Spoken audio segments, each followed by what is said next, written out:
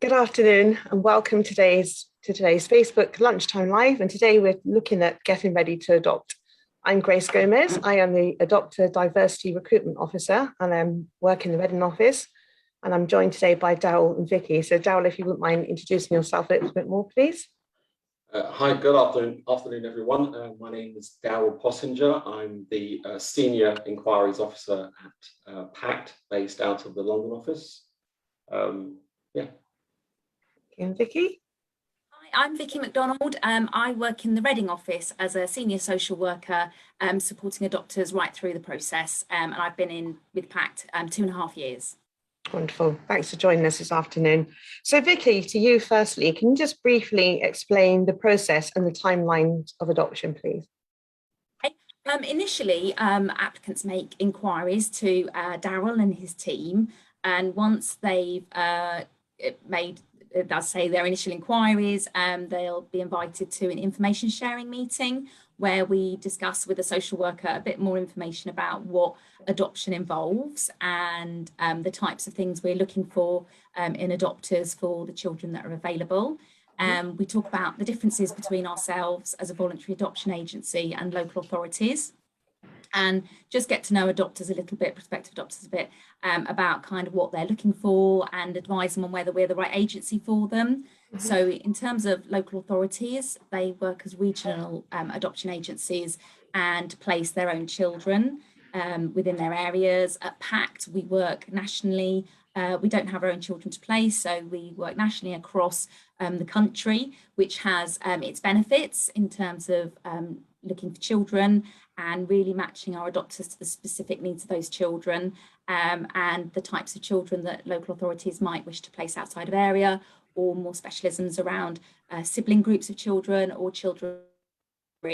And they come to us as an agency because we provide lots of support and for children both pre-placement and during placement and post in their adoptive families post-order.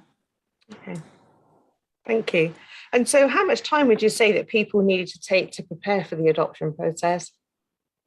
Well, I think in terms of the process itself, I think Daryl might be able to speak a bit more about people, making that inquiry stage, but certainly in terms of once people come in for a registration, an information sharing meeting, we discuss a registration of interest, and at that point, that's when applicants commit to PACT as their sole agency. Up until then, people can absolutely speak to their local authority, other voluntary agencies, and kind of really get the right agency for them. And then once we've got a registration of interest, we go into stage 1 with applicants. And we call that very much adopter-led in terms of collecting referees and working with adopters to do their preparation training. So we offer 4 days of preparation training and doing medicals and following up referees, including employment references as well as friends and family. After that, we move into stage 2, which takes 4 months, which is a lot more in depth, the kind of the assessment where we're collecting all the information and evidencing adopters' suitability and resilience to care for children in adoption in placement and longer term. Okay, thank you. And so what are the statutory requirements for people who want to adopt? So there are a few areas where there are requirements. In general, and I'm sure Daryl can say a bit later as well about, the breadth of adopters that are needed for children, because there are such a diverse range of children and their needs. There are a few things in terms of being over 21 years old. You are able to adopt as a single applicant or with a partner. And if you are with a partner, we generally ask that you've been living with that partner for a minimum of 2 years. And that's about, evidencing lifestyle and the relationship and kind of what you can both bring to adoption. We also ask applicants to be domiciled in the UK so that they are able to kind of show a level of permanence here in the UK, certainly for their adoption application. And I'm sure Daryl can help me out if I've missed anything there, things people need to be able to do. I think those are the main ones. I think having a spare bedroom available for a child is another. Okay then, and so Daryl, from your experience of speaking with people in the first stage of inquiring, at what point are they thinking about adoption? Do people generally come to you? We speak to, myself and my colleagues in my team speak to families at various stages in their thinking. and at various points on their journey to create a family. We have families that approach us who are considering adopting maybe in the near future or in a distant future. We have families that are ready to go, who have spoken to maybe other agencies and local authorities and are approaching us to find out a bit more about PACT and what we have to offer as an agency. We have families that are also on a journey in terms of considering alternative routes to having children. So maybe considering pursuing fertility treatment and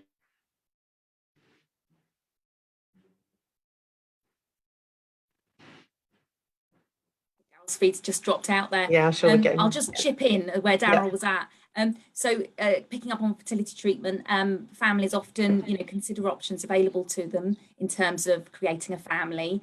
And one of the areas that we discuss with applicants is about being ready to move into adoption, and really making sure that applicants have really, if they've been on a fertility journey, particularly through IVF, that they have been able to evidence that adoption is really for them now, and that's something we work with applicants on. So quite often at the inquiry stage, we can have a number of discussions with applicants about kind of really where they're at in terms of being ready to move into adoption.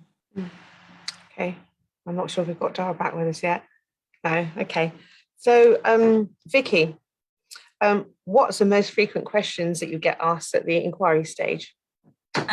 Well, I mean, maybe when Daryl comes back, we can discuss that. So in terms of my knowledge of inquiries, quite often it is around, things like people want to know information about kind of what they need to do to get ready for adoption. So I think, as Daryl said, sometimes people kind of come to us and they're ready to go. They might have spoken to other agencies and the local authority and kind of got an idea of the expectations that we have. And some of those things really are around saying that the approval process takes 6 months. It sounds like a long time, but actually it isn't. And there's lots of things that we need to gather information wise and collect and verify with applicants. So that time absolutely flies.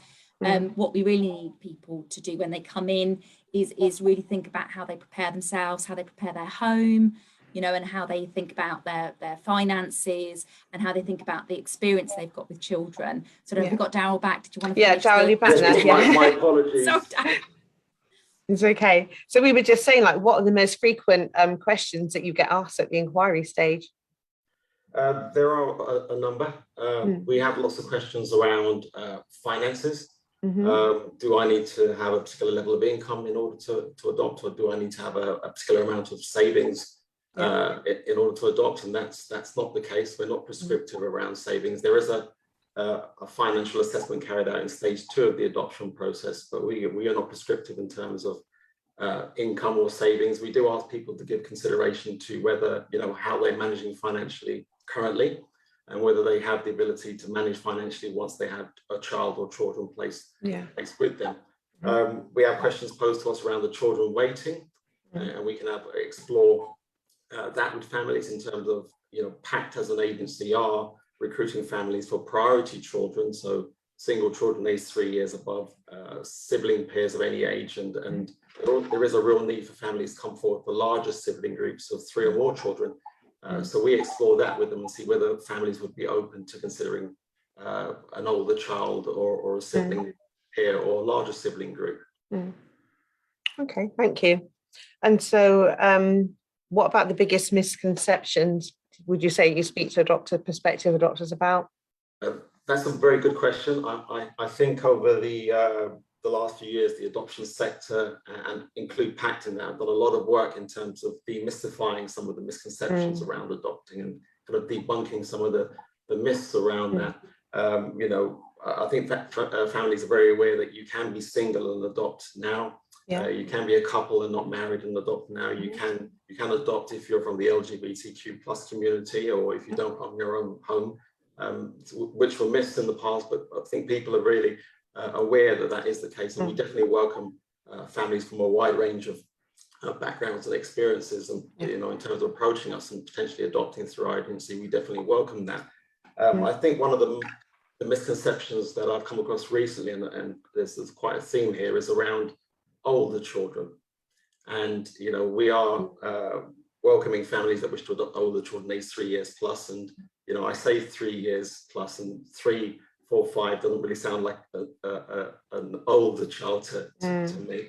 But we would, I think conversations around families being open to considering a wider age range than they may have initially when they first approached us. You know, the wider the age range that you would consider, the wider the pool of children that would be available to you. Yeah. I think there are a number of benefits in terms of adopting an older child, in terms of seeing them meeting, you know, that they've met particular developmental milestones. I think there are, and I know Vicky will be able to help me on this, in terms of there is a level of uncertainty in relation to adopting a much younger child, and any family that wishes to adopt a much younger child, maybe 0 to 3, would need to be open to that level of uncertainty, which, you know, may not exist if they were to adopt an older child. I don't know whether you can comment on that at all, Vicky. Absolutely. For younger children, certainly families who are after very young children, babies, and those under 3, there can be developmental issues which are unknown and uncertain at that time. What we know of many children who are available for adoption, sadly, they've experienced exposure to drug and alcohol use pre-birth, and it can take a while for those children's development to kind of really be identified in terms of their needs. Children may be born with withdrawal symptoms, and that can actually be quite difficult for children for months after they've been born. Right up to their first year, they can experience difficulties as a result of withdrawal. And, you know, what we know for those children, there can be developmental delay that isn't actually very clear until they're 2 or 3, because that's when we really know whether they're meeting them or not. So, yeah, it is kind of a misconception about thinking about the difficulties of attachment, you know, if a child is older. And actually, you know, what we remind people, and lots of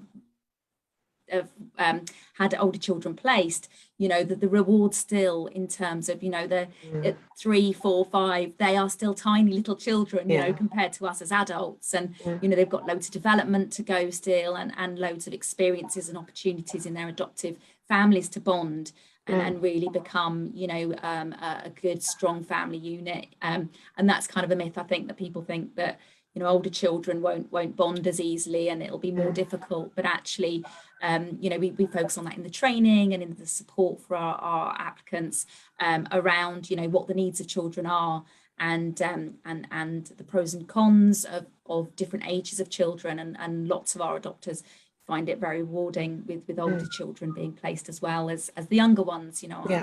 Yeah. Okay, thank you. Okay, so Vicky, what can people who are considering adoption, what can they do to prepare themselves? I think one of the key things, and something we're certainly seeing at the moment in terms of which adopters get selected, is about volunteering. When a local authority have a child to place, you know, they really want reassurances that they're placing children with applicants who are competent, in the sense of, you know, actually enjoy being with children, like children, have experience of children. And that really is something that local authorities look for. So what we always encourage applicants to do, even at the inquiries stage, certainly, you know, Darren and his team help signpost people to volunteering opportunities, and lots of people come forward with experience within their friends and family network, and we always say that's great, you know, that is absolutely, you know, building every experience of children being in your home that you can have, and you know, connections with relatives and friends, but also being able to go and volunteer with children who aren't known to you, who aren't connected with you, as would be very similar with a child being placed with you. So maybe volunteering at a school, in a preschool, a nursery. Volunteering to read with children is a really good option, and that's available to people. Volunteering at play centres that offer opportunities, particularly for children with. So really being able to evidence that you've had contact with a wide range of children and really considered their needs and are able to speak within your assessment. It's really important when you build the assessment in stage 2, that applicants are able to evidence that they've really kind of can evidence why they're going for the age of child they wish to adopt, and really building up through volunteering is key. Darren, have you got anything to add to that? Would you say to people who are considering I would echo what Vicky said around volunteering. That is a key strength that we're looking for in our families, and that we know the local authorities that we are working with are looking for. I always say to people, try and get your ducks in a row. So if there's any changes or imminent changes around, you know, if you're planning a home move, or if you're considering renovations, or there's a career change or a change in your employment, then you know, it now may not be the right time to start the process, and maybe having completed those, I guess, life changes, then reapproaching us then and commencing the process once those changes have been made would be something that we would definitely recommend. Okay, thank you. And Daryl, can you recommend any reading resources that people can start to get their hands on and start researching? Yes, I would always encourage people to, there's a very good website, it's our website, it's www.pactcharity.org. There's a wealth of resources on that website in terms of outlining the adoption process extensively, and also the adoption support that we provide to our families. So I would always encourage families to approach that. There is a government-run website called First for Adoption, who provide impartial advice to prospective adopters, and I would encourage you to approach that too. For our prospective adopters who are from the LGBTQ+ community, we have a relationship with New Family Social.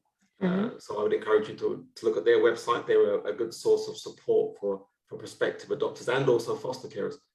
So those are three. We have a number of podcasts, which I think Vicky may like to mention. Yeah, so New Family Social actually have podcasts as well, where they speak about different topics very regularly.